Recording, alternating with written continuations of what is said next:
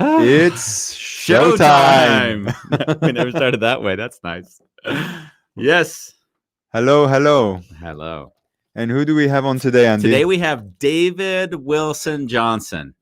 That's him. That's him right there. What a beautiful He's got a picture. hyphenated last name, which is quite curious. I'm going to ask him about that when we get him on. David Wilson Johnson. David is a neighbor. He lived on the corner from us on Berenstadt, and we became dear friends. And from that, we've had great laughs together. Yeah. And then I coaxed him on to say, hey, maybe, just maybe, we'll get you on the show. And he, like many of my friends who just somehow blindly trust that I'm not going to screw them completely, he said, yeah, I'll come on and we'll have a go. And David is like, if you look at his curriculum vitae, it's just absurd. He's recorded over 100 albums. He's performed at every major opera venue in the world. He stood next to Pavarotti. He stood next to Pavarotti, which we just heard. Yeah, I'm sure he did a little bit more than just stand next to him, I hope. But he is really someone that I've just enjoyed the hell out of being with. Yeah. Like we attracted to one another because as I was walking down, he was like, had a bigger smile on his face than I did. And it's very rare that I see someone enjoying themselves more than I am on any given moment. I was like, what's going on with you? What's happening in your world? You're not supposed to have that good a time in life. And then we just hit it off and we had time and we've had our coffees together and chatted. And then in time, I realized, wow, this guy wasn't only cool, he's like accomplished all these things in his life. And I've said it and you said it now because I wrote it down and we repeated it 100 times. But just imagine to yourself performing for 340 million people on a show, which is what he did at the 9/11 concert in the UK. Wow. I mean, that's insanity. I mean, 340 million people. Get your head around that number. So that is him. We are on for an hour. And usually I do this and we make it short, but we're on the show for an hour. What's the show called, Bambos? A Wonderful Chaos.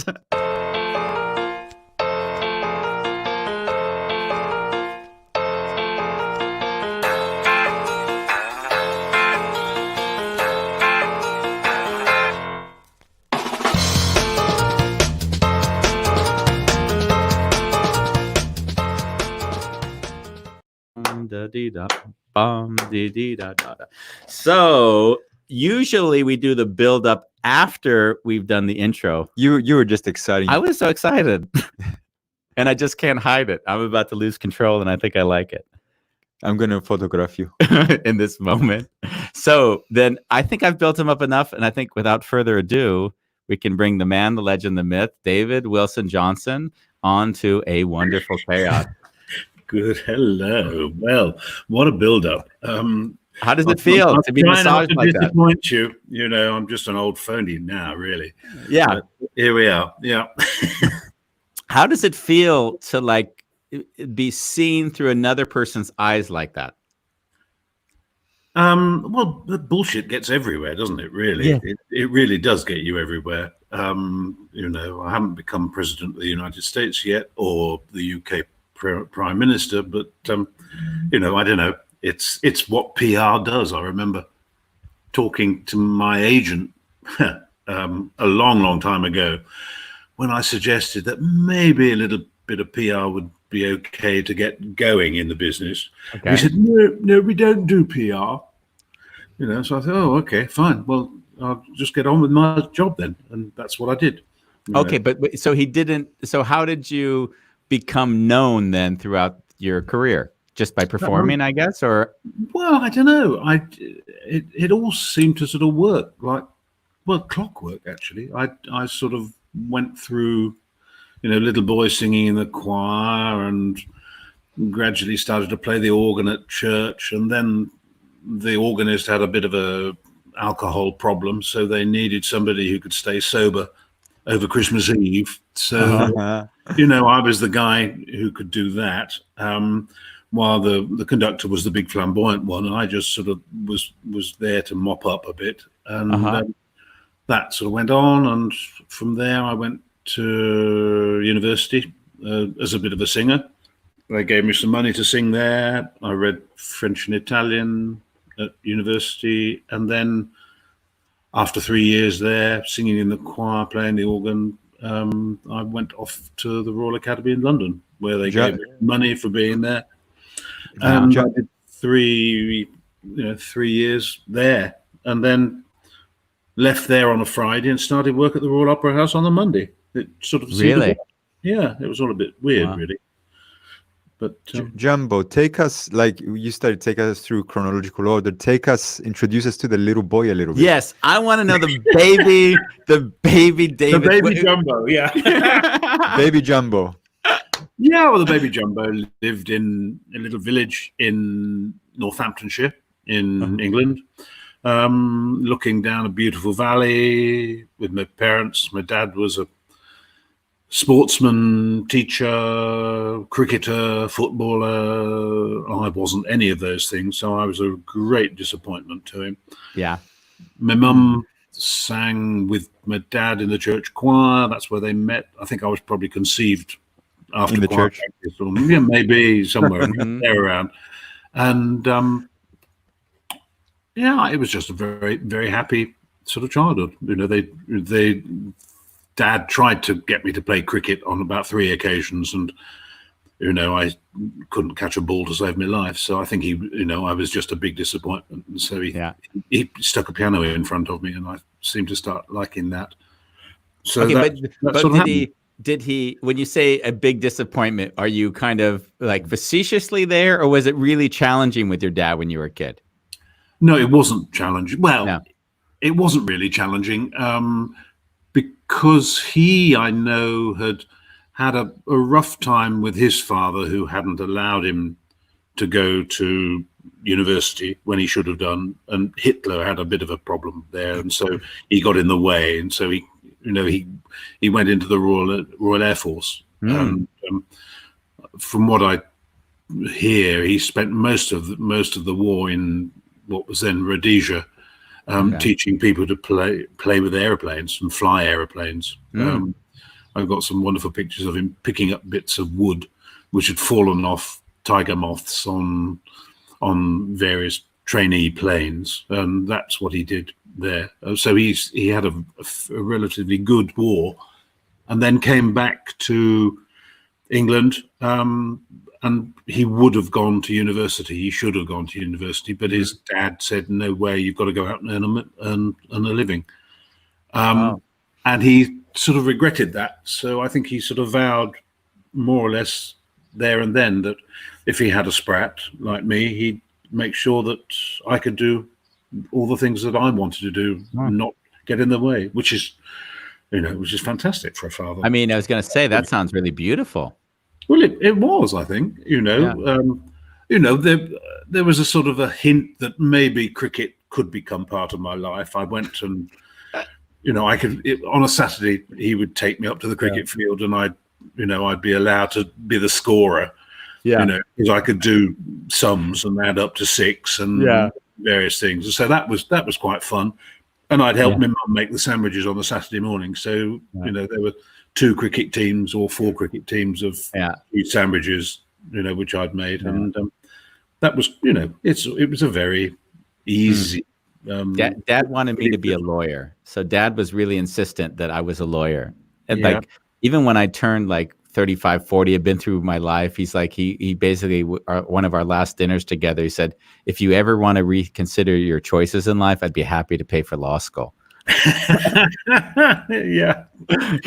40 years old or whatever. Like that ship passed. You would have been a good lawyer. That's it. Oh yeah. No mention of the fact, you're such a disappointment to me, and why have you done Well, we had 10 years of not talking, so I was already a disappointment of those years of not speaking, which is just fine by me.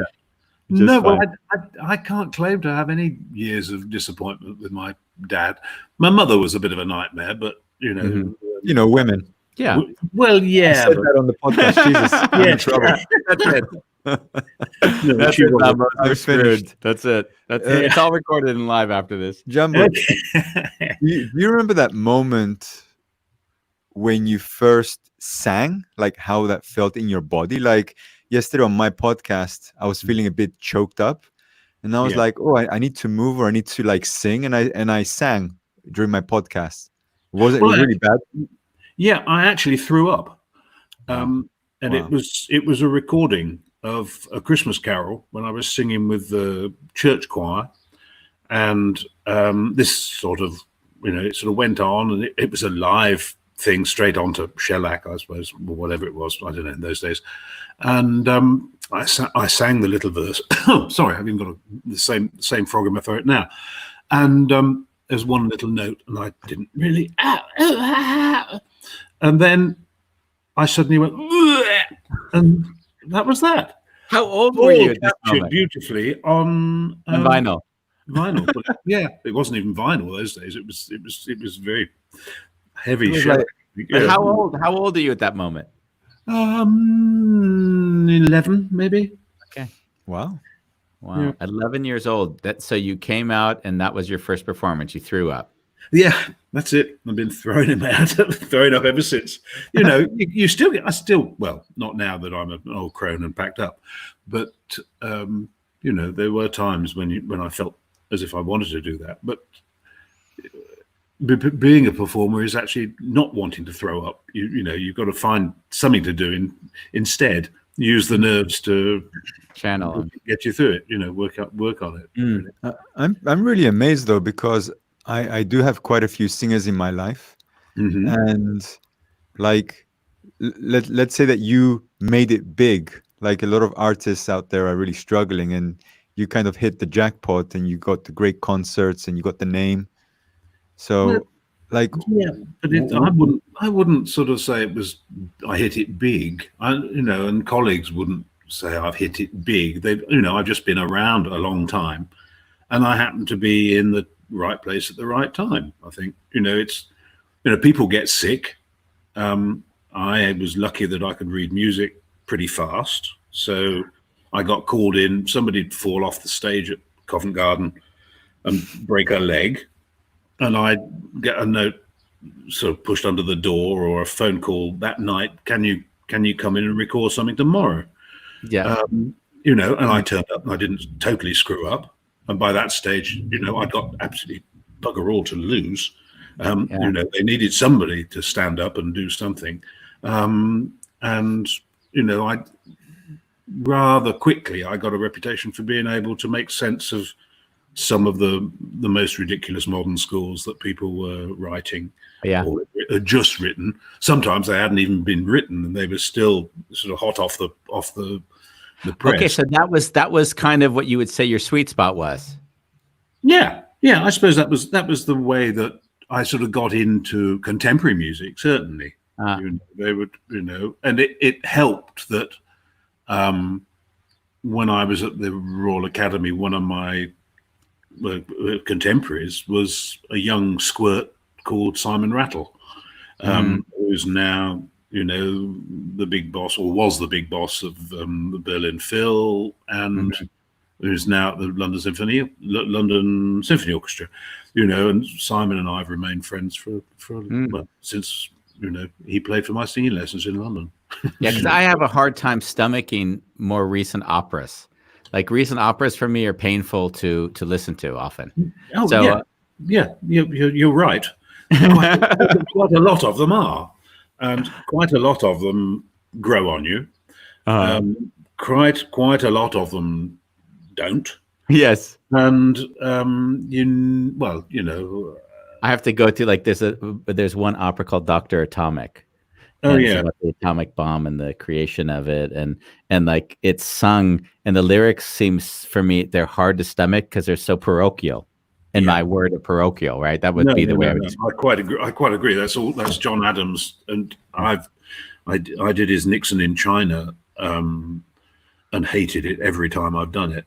And we nearly crossed swords on one occasion because he writes stuff which is so high for everybody's voice. We're all screaming our tits off on stage, and the orchestra is blasting out, and then he wants stuff to be amplified. Yeah. And then he realizes that he's overscored, so we all have to get amplified. And at that point, any singer loses the will to live, actually, because you lose control over what you're doing. Yeah. And you're beholden to somebody tweaking your knobs, whatever, at the back of the hall. Yeah. and so you lose. Well, you lose respect for yourself, and I certainly lost respect for this. And I was amazed that I was even asked to do the piece again. But Wow. Well, because no one else wanted to do it. well, I think that has something to do with it. And I every now and again I hear plaintive calls from colleagues saying, "How the hell did you do that?" Yeah. Or "What did you do there?" Or Yeah, what about those notes? Our mutual friend David Jacobs, he he basically, when we talk about operas, he's seen hundreds of them, I mean thousands, and I guess his life is only opera.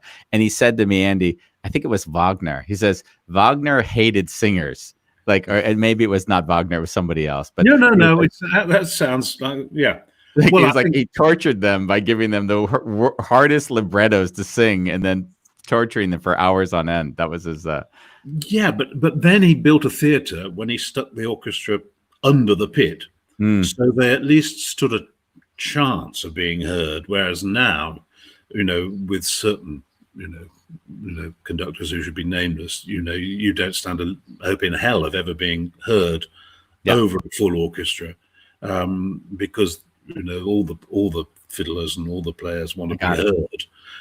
So it's you're on a losing bit, wicket right from the start. Yeah, I saw, but not this is going heady, but Bambos, I apologize. He likes to get intimate, and I'm in my information stuff. So I'm just here. I'm breathing. I just want to share. I saw Madame Butterfly 3 different times the year before last at 3 different theaters, and in that experience, you never realize that you can see the same performance and they can be so completely different. Yeah, and even in you mentioned this. In the Viennese opera, I really couldn't hear the singers because the orchestra was so loud that I was just trying to move my ear, what's really going on here. No, well, I think that's the reason why I was sort of attracted partly to sort of wacky contemporary stuff, which there was quite a lot of sort of small ensemble stuff. The Fires of London did really wacky stuff with Maxwell Davies. When I was supposed to go mad, I was the George III, the Mad King, and basically I went completely loopy in the space of 35 minutes, which was phenomenal sort of therapy. You just go on. You just made yourself, I guess. Yeah, it's wonderful, really wonderful stuff. I remember being hushed up by one of the stage hands who said, "Shh, there's a concert going on there," and it was actually me going completely loopy. But that acts as good therapy. But so I would love to transfer back, because I do know that the intimacy of these calls is what makes them more engaging for people who don't know anything about what we're talking about. So I want to pull us back to a connected space, Bambos. Can you help us find that, or would you like to some time to recover from the information you've been thrown at you? I'm sorry, I'm bullshit. No, it's not your fault. My leading these questions. Well, I actually didn't want to take it away from him. I just saw that he had all these questions on the paper. Okay, and I knew that.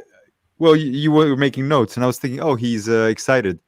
No, so I didn't have notes. What are you talking about? Before we were on the call, what did you do with it? No, this is the show. This is who's on the show this week. Yes, I have a big lot of... No, I have no notes. Not today. Good.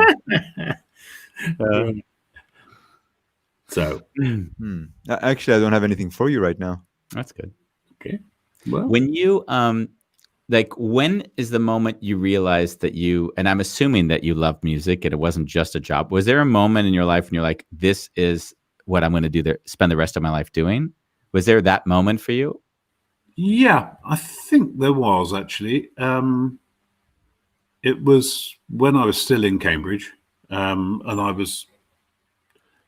it was a Handel piece. I was singing Polyphemus, who is a monster who falls in love with a Galatea, and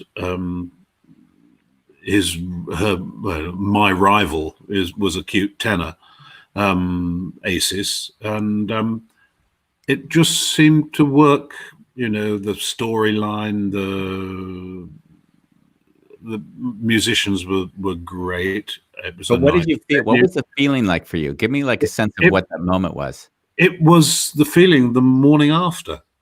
You know, it was a morning after feel rather than, you know, okay, this is a good tricky bit. I've got to get the notes all right. I've got to do this. But it was a feeling of whew, relief, but Uh-huh. also it was I suppose it was still an adrenaline buzz that was still there.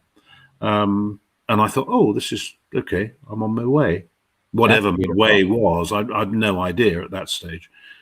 Yeah, that's kind of beautiful because I'm just when people speak, I often say, "Where can I feel that in my own body and my experience?" Mm.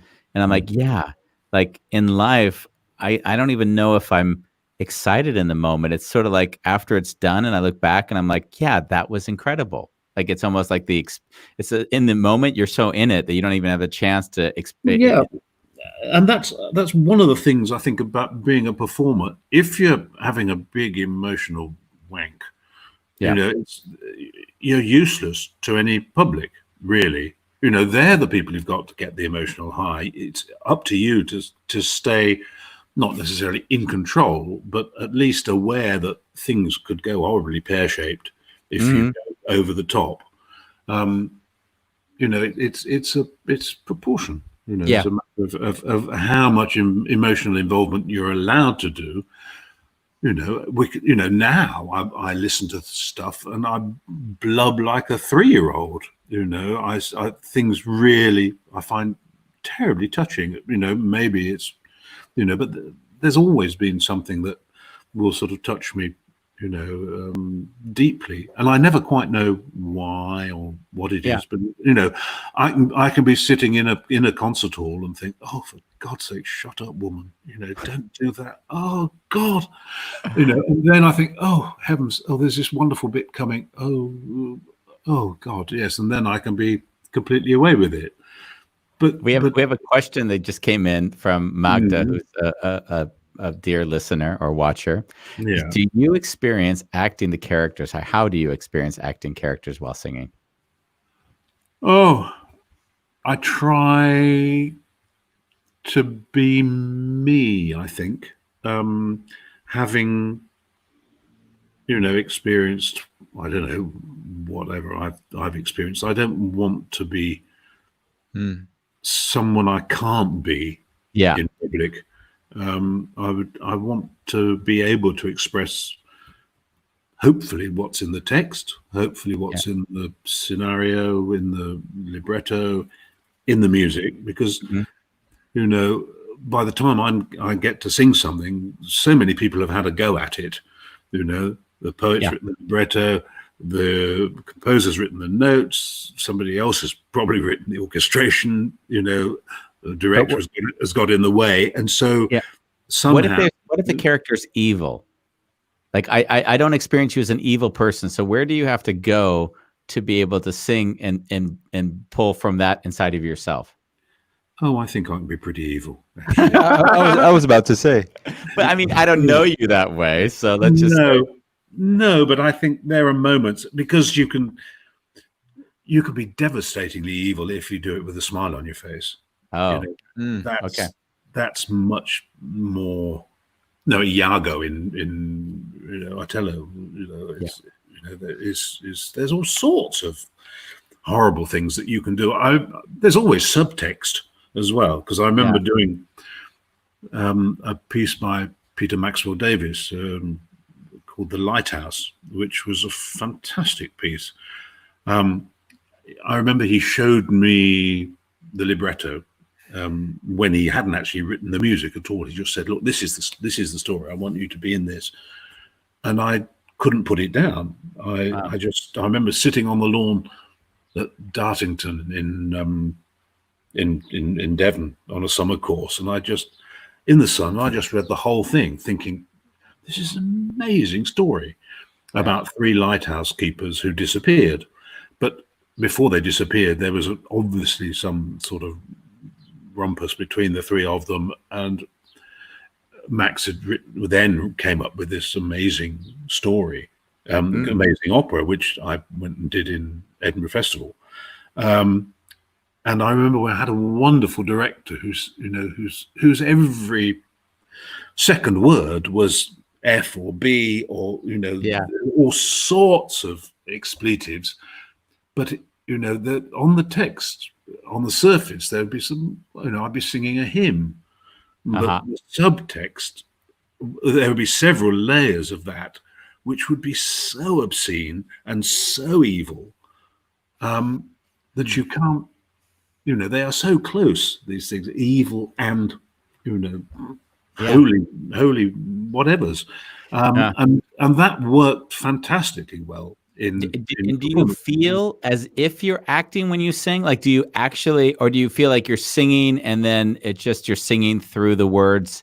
Like, do you feel in that sense you're connected to a state inside of yourself that you're singing like from? I've tried all my life actually to not get in the way.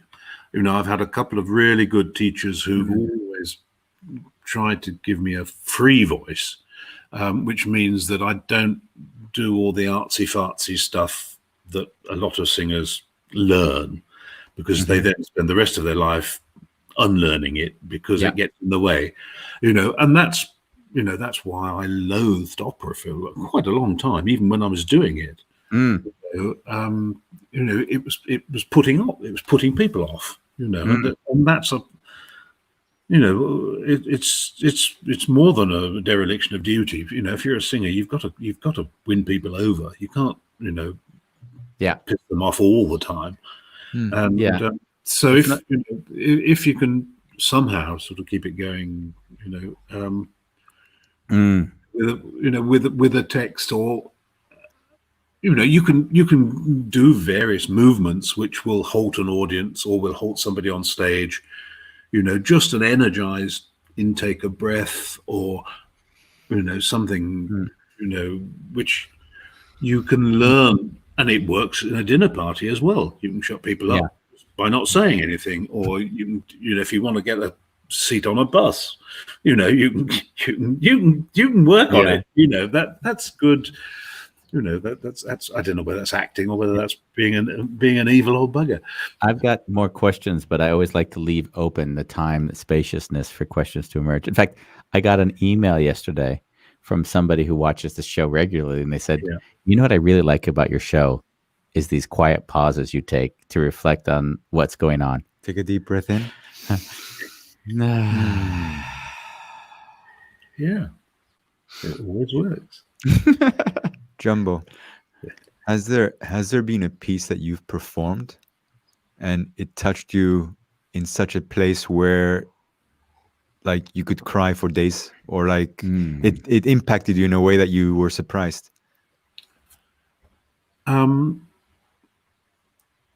There's one role which is probably the most exhilarating thing that I've ever had to perform, which was the role of St. Francis of Assisi by Olivier Messiaen, French composer who was 80. I sang for his 80th birthday performance of this piece.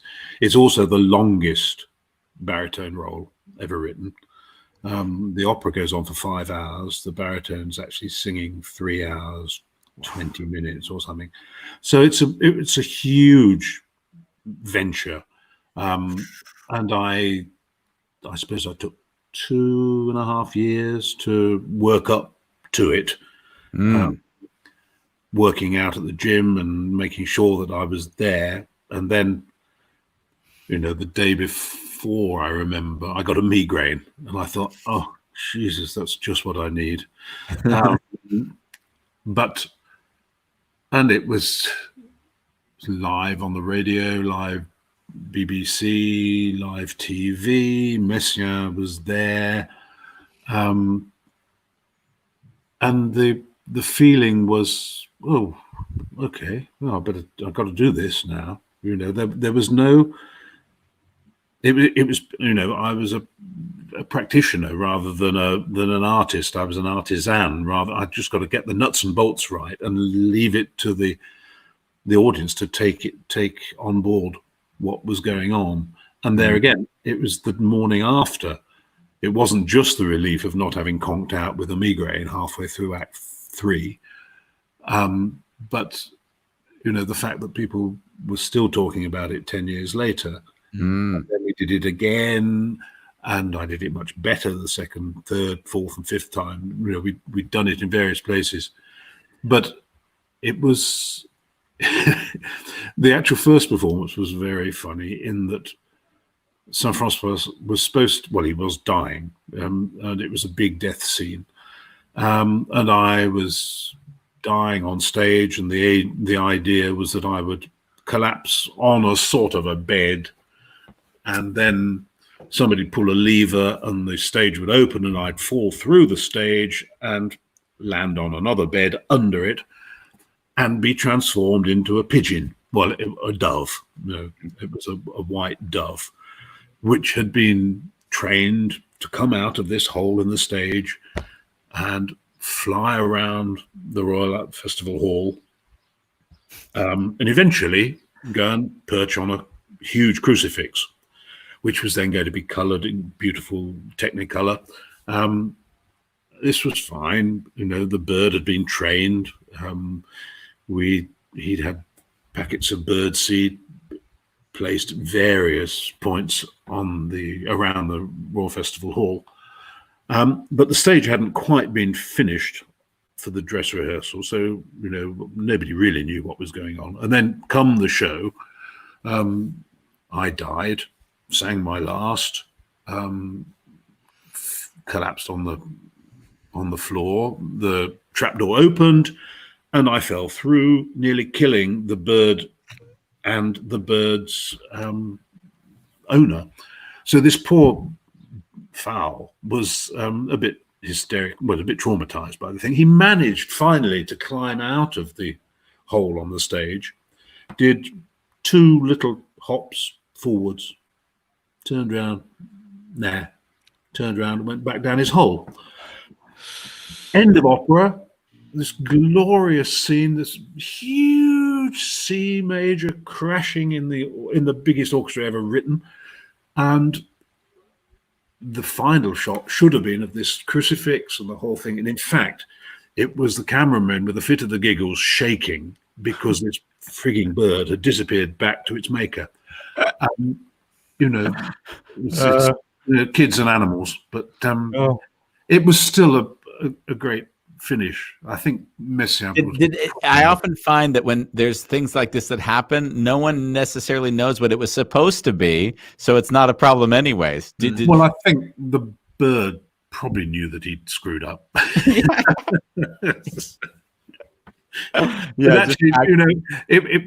there's the problem of doing opera, really. I did it again live in Brussels and New York and various places, but in concert.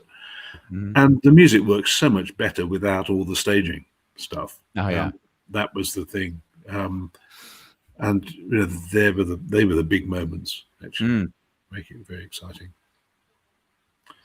If you found, I always like to leave more spaciousness for you, so I'm going to leave you time. Just go for it. I do have questions. Have you found that there are performances where the director directed you in ways that totally screwed it up, that you were so incapable of kind of finding the voice that the director wanted you to have for that role? Yes. But luckily the director is not there after the premiere.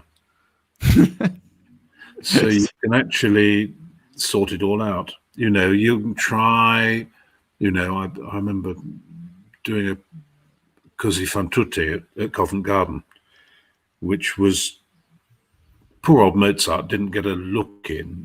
It was the Giorgio Armani Così, and we were all wearing the latest Armani costumes, which were brilliant. They were wonderful. It was the best suits you could imagine. But they weren't terribly well on stage when you got stage lighting, because you could see what religion you were by the time you'd got various Really? lights coming in, huge stage lighting. That was one of the things. But Jonathan Miller was the director, and we just didn't hit it off. He's a very funny man. He tells very funny stories, but he couldn't motivate a cast of singers who didn't already know the piece. And I remember he came on. He had a great screaming fit in the interval, and we just thought, oh, go away. And he did. that was fine. So we 2 or 3 and then days, just went back to what we were going to do anyways. well, which is probably we great. worked out, basically you try not to fall off the stage and bump into the furniture. Yeah. On this occasion, it was one of the first operas using mobile phones. This was the big thing during the Bosnian War. We were all running around during, it had absolutely bugger all to do with Così fan tutte. And it was quite fun. I'm sorry. I have a random story. I was in Milan walking down the road one day, and then I'm just, Bambos, like I take random pictures of just scenes that capture my eye or things that actually I find intriguing. So I'm walking by, and there's this funny looking guy that just seems just looking at a window. I'm like, that's a moment. So I take the picture and just kind of walk about doing my thing. And then I'm sitting down. And then later I find out that this random one guy on the street that no one else was on was Giorgio Armani. Yes.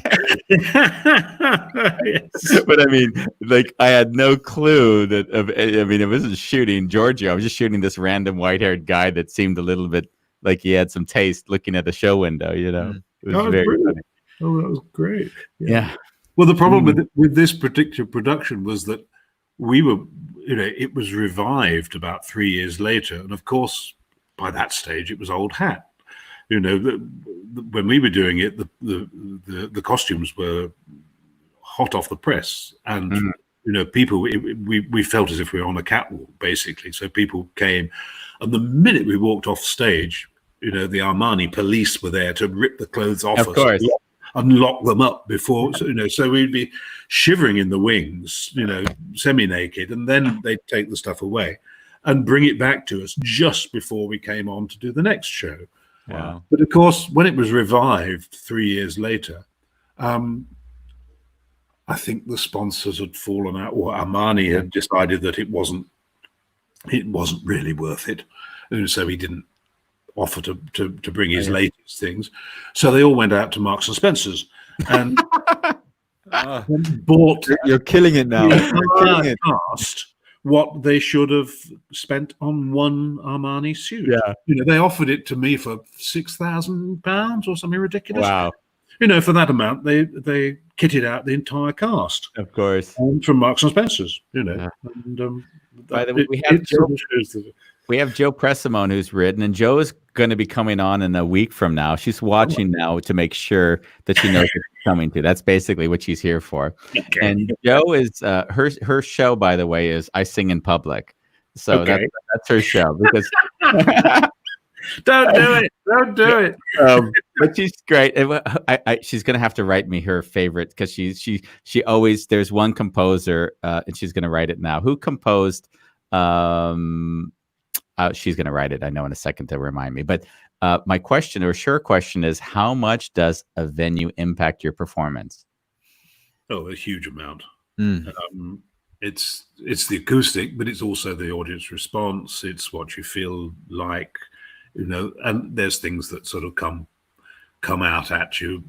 Sometimes things it's events, world events can take over completely. And there again, there's a sort of a subtext to what you can be singing about, and some things happened in the news. I remember singing the War Requiem in Huddersfield of All God-Forsaken Places. Rehearsed in the afternoon. It's a performance. I knew vaguely. I'd done the piece many times. Nice colleagues, nice orchestra. Conductor was fine. Big chorus, got back to the hotel 6:45 to see the Berlin Wall was coming down. Oh, wow. And then 7:30, I'd got to go and sing the War Requiem, Wow. which was this amazing dialogue between a dead German soldier and a living English soldier. I'm the enemy, you killed my friend. And then, you could hear a pin drop, 100 miles away, really, because it was just one of those astonishing moments. You can't sort of invent those, recreate those at all. That was just an amazing thing. Theater, like, just without going into too much detail, where would you say this is the theater I enjoy performing most in, and this is the one I prefer the least in? Covent Garden was a wonderful, wonderful place to perform in. There's a spot on the stage where where the resonance is best. Okay. And the Brits, we kept pretty secretive about where that spot was. So when there's a few of these arrogant foreigners who would come along and move to the front of the stage. That was fine. Great. You go there, we'll let you do that, because we're going to stay here just a little bit to the right, and the sound just bounces. I love it. Yeah. And that's just I spend a lot of time talking to David about, because David, our mutual friend, David Jacobs, he goes to see every show. He saw every single show, every opera at the Met 2 years ago. Every show, even multiples of the same show. He'd go to every single show, and he'd always sit in another seat. Yeah. And he said, I'm going to test out the sound in the stadium, because each location has such a different experience of the actual performance. Yeah. So he really nailed like where you'd sit in order to hear the best acoustic for the performance. And it depends so much on the temperature, what the audience has had for lunch or whatever, what you've had in the canteen before you get there. There are so many imponderables, and yet you can go and you can think, well, this is going to be a really humdinger of a show, and it's an absolute pile of poo. Yeah. Really. And then other times you can go and you think, oh God, I don't want to do this. I've got absolutely no inclination to go and crank my way through this yet again. And then something happens spectacular, or you can see somebody. I remember doing concerts with there's a young kid sitting in the front row of an orchestra in a modern salle polyvalente in the middle of France somewhere, with the orchestra of the 18th century. And this kid was there, and he was absolutely engrossed in what we were doing. And that gave me such a boost and such a buzz. I sang the entire show to this kid. Yeah. And I spoke to his mum afterwards and said, look, this is the first concert he's been to. And I said, well, does he sing? Yes, he sings in the choir. I said, great. Well, you could see that this guy was, he was just plugged in and ready to roll. And I'd love to know what happened to him, but it was such a responsibility. I could have come and made a pig's ear or just ignored him, but it's so exciting when you can actually pinpoint somebody in the audience. Yeah. And it makes my day. It may not make his, but with this kid, I could see that he was really, really there with it. When I did the last, the last letter tour, when I went and did these 60 sessions in the U.S. 2 years ago, there would almost always be one person in the room who I'd sort of feel like, oh, that's the wave that I know that they're kind of keeping the mirror neurons, as it were. Like I know that I'm there with them. And then, and if I didn't find that one person in the room, it was not easy, because it was almost like they were the person that I was connecting with. They kind of channeled my energy. So I really noticed that a lot in those days. And I'd often go up to that person afterwards and thank them. Yeah. Because sure. No, I always try and do that. Or if I can see somebody like that, I will hang around at the end and go and chat to whoever they are. It's Do you have any questions, Pam? Because I keep jumping. So, What kind of body type do you need to have to do this by kind the of? way, I thought you were going to ask another question, which is, what kind of body type do you like? We can Let's all- ask the first, Well, let's stay with Bambos' question first, and then we'll get to my okay. question. Okay. Well, it's weird. You are what you are. I've been called Jumbo since I was 11 in the showers at school. Ah, And everybody knows me as that. But it's quite a useful excuse for not calling me David Wilson Johnson, which is such a mouthful. Everybody knows me as Jumbo, Yeah. that was quite useful. And I suppose when I was doing the Saint Francois, I worked out pretty furiously and lost quite a lot of weight. And then over the intervening 20 years, put quite a lot back on. But I've now managed to, in the last, 3 months, lost quite a lot more. I've lost about 20 kilos, which is nice. it's fine, when you're not running around, when you're not dependent on hotel food and rehearsals and all the stuff that is not terribly helpful. Well, I guess I'm asking because I've been training a lot, right? Yeah. And I started to develop a very tight core. And then I realized, I can't actually have that belly laugh that I had half a year ago. Like I really like Where are you laughing from then? like that like I would normally feel my belly like really vibrating. Yeah. And when I tried to laugh my ass off, I was like, I feel even that it's a bit constrained. So somehow having a loose area there. I don't know how you. Well, it's you need all these muscles to hold you. Stop the front from flapping against the back. But I mean, is it helpful to be chubby when you sing? Like, is that a helpful state to be, physical state to be in? No, I don't think so. I think because if you look at like Pavarotti, right, like you kind of have him as this sort of staple of the chubby opera singer. Like but he wasn't when he started out. He was very slim. He was a very slim, cute guy from Modena.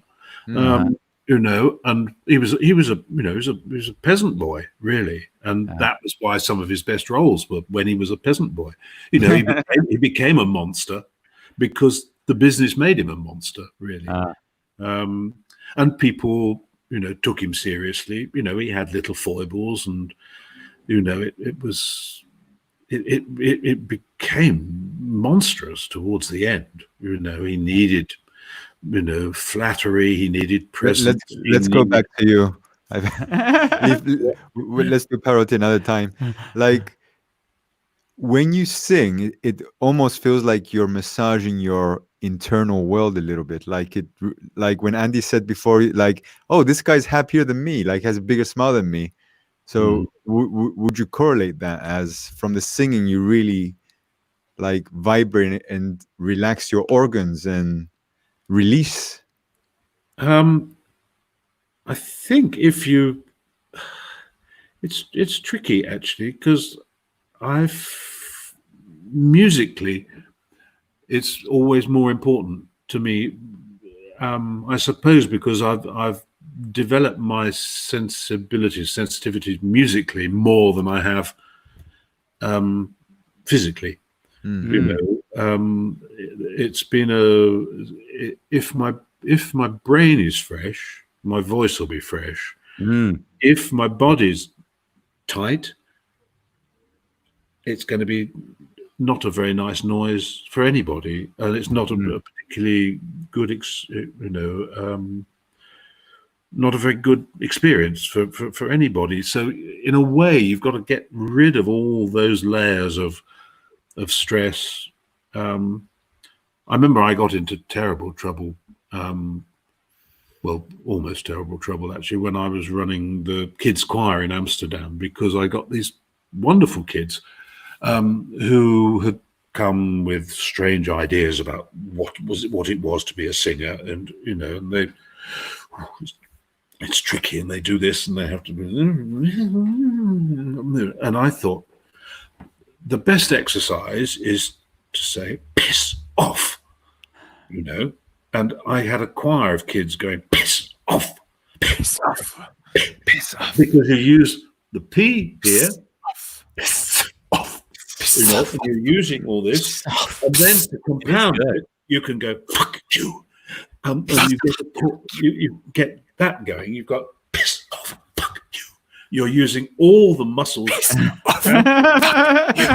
Wow. That's great. I When even I feel it. got- I I feel got- it as well. This might be a new practice for us.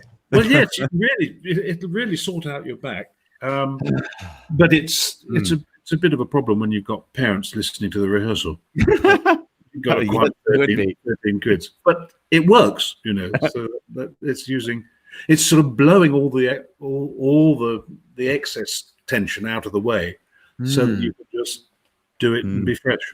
So you're actually saying in moments of tension, you sit there and do this as a mantra for like hours. No, not at all. Okay, good. That's what Bambos does. Bambos takes everything to the extreme. So if you give him any idea, put a time on it. Otherwise, he'll do it for do it a year. Walk down the street going, "Piss off." I'm just following the rules of David Wilson Johnson. Fuck you. Yeah. Fuck you. Fuck And you. if you need a special seat in a train, Yeah. and then you can start vocalizing if you want, and they'll think you're completely loopy, and you'll have a trouble-free journey. People already think I'm loopy. I can see why you've been photographed like this. By the way, you touch your face like I've been counting how many hand Oh, gestures. shit, really? Oh, God. We have to photograph you Yeah. and put them all together like a collage. Ronnie, that's one of Ronnie's biggest complaints about me, especially when we're out to dinner with other people. She says, "Andy, hands away from the face. Hands away from the face." Well, I suppose I'm probably a sort of a contagious one, really. I just whatever the virus is doing, I've sort of taken it on board and redistributed it to everybody. That's what I told Ronnie. It's like someone asked me, like, "What have you learned?" Like they asked me one of those serious questions, like, "What have you learned because of COVID?" And I was like, it's contemplating. Like I was like, I've learned that I touch my face a whole hell of a lot. Yeah. I've learned that my inner elbow is nice and soft, actually. Really? Yes. Yeah. I can't reach my inner elbow. I never. Not in that shirt. How did you end up in Amsterdam?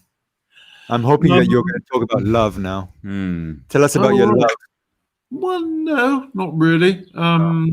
I wanted to. Yeah, I wondered where gays went when they hit 30, because in London they a lot just died at my age, but there were many more opportunities in Amsterdam. Wow! Suddenly, So you just went to a smaller place that had a bigger pond. in a way, yeah. Yes. Musically, I'd sort of come to the end of the road. I'd done 25 years in London. Okay. And there's a limit to the number of Brahms requiems you can sing with the Philharmonia, because they need, they need the new kid on the block's got to come along. I'd done a lot there. And Amsterdam, I remember thinking, Mrs. Thatcher had decimated arts in the UK. I thought, well, where do I go where that's not going to happen yet? And I thought, well, Holland seems to be doing extremely well so far. It's probably got 10 years left before the right wing take over and it all becomes, catastrophic. Which is today, right? Well, yeah. I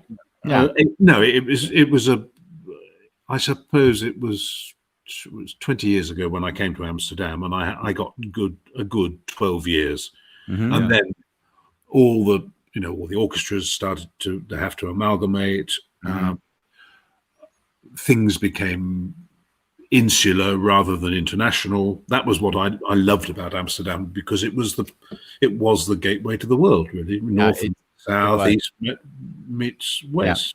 I had that similar experience because I thought Vienna, being in the center of Europe, would be the gateway. But actually, I found that the traffic and the concerts and the people, they come through Amsterdam, even if it's smaller. Amsterdam is really kind of this hub. Yeah. And at that stage, the government was pumping money into the radio. I was able to do all the contemporary music that I wanted to do with Robert de Leo and his ensemble, and the radio did the big stuff. The opera I was doing a lot there with Pierre Audi at the Netherlands Opera. And Frans Brucken, bless his heart, so took me under his wing, and the 18th Century Orchestra became sort of part of my, just part of my everyday life, really. This was my family. So, and all of that had nothing to do with the fact that, bears existed in Amsterdam considerably more than they did in London, and and that was there was a I did have time for both. Yeah. But that that sounds a bit glib, but there were so many things to my advantage when I came to Amsterdam, and it was absolutely wonderful at that time in my career. I'd done a lot in London, but and then there was from Amsterdam you could get anywhere. So from Amsterdam I then could go off to the States and do all the big American orchestras. By the way, we've got 4 minutes left, and we often like to ask our guests if there's anything they would like to discuss that we haven't asked them or that we haven't discussed till now. So our question to you is there anything you'd like to discuss or bring to the table before? Well, I just wonder what's going to happen after Corona to the arts world, to singers. People keep saying they're infectious, they're dangerous, and I'm slightly worried that there's a lot of free music making now, based on the assumption that musicians need to make music. Musicians need to eat as well, and they don't all have to appear on Spotify. They don't all have to go and do free stuff recorded in their kitchen with their mates in their bathroom and all of this sort of stuff. It's very sweet and it's lovely to see on social media, but unless people are actually going to put their money where their mouth is, there's going to be no arts after COVID, and that's really tragic. I see it with university students. I see it with conservatories. People are, quartets have become trios. Somebody's given up; they can't do it. Choirs, nobody can perform again together. Okay, it's a problem in Amsterdam. I gather there was one choir which everybody got the virus, having sung the St. John Passion in the Concertgebouw. 4 people died and 120 people were infected, which is frightening. But post-trauma, what does the arts world look like then? It's going to need. It was already suffering. I mean, let's say it was staggering along before this moment. So I mean, it needs a record. Somebody's got to decide that there is value in it. I mean, the whole street of Badenstraat where we are right now, including your old home, that's vacant now, right? For the third or fourth time. So basically, they've gone again. They've gone again. So, so really, I mean, we are obviously the existential needs are really when we get to that point, it's really hard to balance that against an expressive of art, which a lot of people would say are it's superfluous or it's not necessary. And I saw some great meme from someone that basically said, imagine where you would be in your quarantine without music, art, and all the things that bring you peace at these moments. Yes, so there's got to be hope somewhere, but it's it's not always easy to imagine it actually. So maybe it just needs lots and lots of rich people to come along and and make sure it doesn't. Make sure it sink. doesn't stop. Civilization is changing, obviously, but it doesn't have to stop. Totally. Beauty. Yeah. Yeah. Thank you. He's in France right now, right? He's in France. He's living actually in a castle. When I say castle, I mean literally a castle, not like it's an old farm. It's an old farmhouse. Really. But if you look at it from pictures, I sort of looked at it and I said, I didn't think you were shooting pictures of your own place. I thought it was sort of like a kind of, it's the sort of place I would shoot pictures of because it's so special even to look at. Right? It is a special place, but it is special. It still needs the grass mowing. Of course. I'm sure that maintenance on that isn't easy. That's certainly not going to be easy. Thank you. Thank you for being here. Yeah, it was really great to have you. Well, yeah. Thank you for both of you. Taking the time. I love you as always, and I can't wait to see you when you're back on this side. Yeah. Okay. Yes. Okay. Bye. Bye. Nice. It's so fun to bring in people that you care about and have time with them. Yeah. It's sort of interesting because in some ways it's like when we do the show, it's like I get to invite people that I just love and appreciate, and then it would be great to talk to them anyways, but why wouldn't we record it? Or yesterday's show when we actually our host didn't show up, and it was one of our best shows. I think that people kind of, I think that the word "a wonderful chaos," they can't really understand that it genuinely is a wonderful chaos, right? It's like that is the essence. It isn't surrendering to whatever's coming our way. Yes, that is it. So this is the last show of the week. We have next week. I'll come on with Sunday with the next shows, and I don't even know what they are at the moment. We're always going so fast. Yeah, don't ask me. Any announcements or things you'd like to share before we go?